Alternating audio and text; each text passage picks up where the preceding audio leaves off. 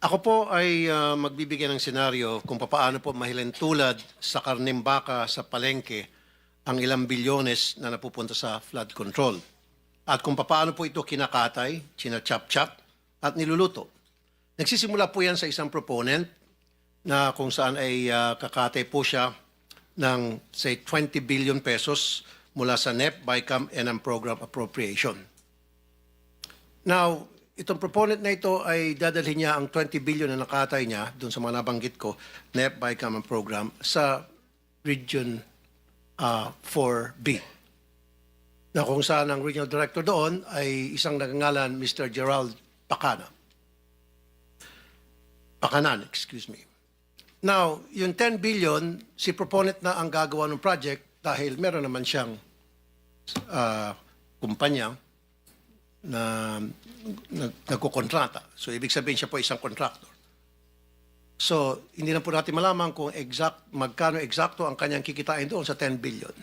Pero, ang estimate po, abot ng 60% kita niya, 40% na lang mapupunta sa project. Ano mangyayari po doon sa 10 billion na titira? Siyempre, kukunin po yun ni Mr. Pakanan. At yung 5 billion, si Mr. Pakanan na po ang gagawa ng project dahil meron din po siyang sariling kumpanya na nangungontrata. And of course, doon sa 5 billion niya, magbibigay siya ng 28% SOP sa proponent. Now, anong mangyari doon sa 5 billion na natitira na? Yun po ay bibigay ni Mr. Pakanan sa kanyang mga kaibigang kontraktor. And of course, again, si proponent kikita po ng 28%. Si Mr. Pakanan kikita ng 18%. Yung mga contractor, of course, kikita din yun, 30%. Alisin po natin dyan yung 7% para sa tax sa BIR of VAT.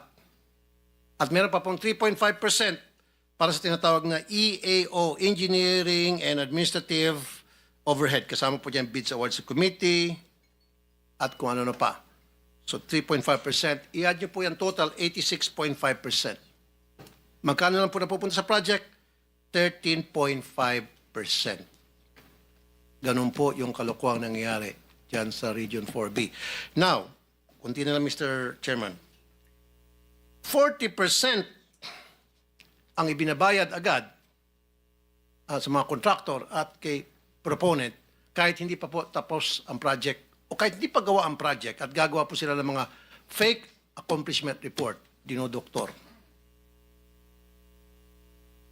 Yan po yung example lamang kung paano po binabalasubas ang pera para sa flood control na dapat po ay imbestigahan ng committee ito sa susunod po ng mga hearing. By the way, isang Ryan Altea ang nagpakilala dito kay Mr. Gerald Pakanan doon sa isang proponent. So, ibig sabihin, ito si Mr. Altea ay well-connected na ngayon po ay na-promote pa.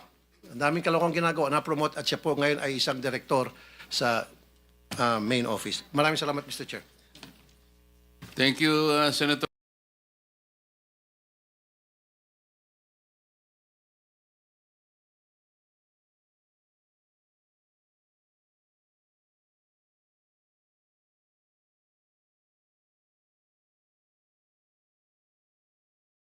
I am not a Filipino for nothing.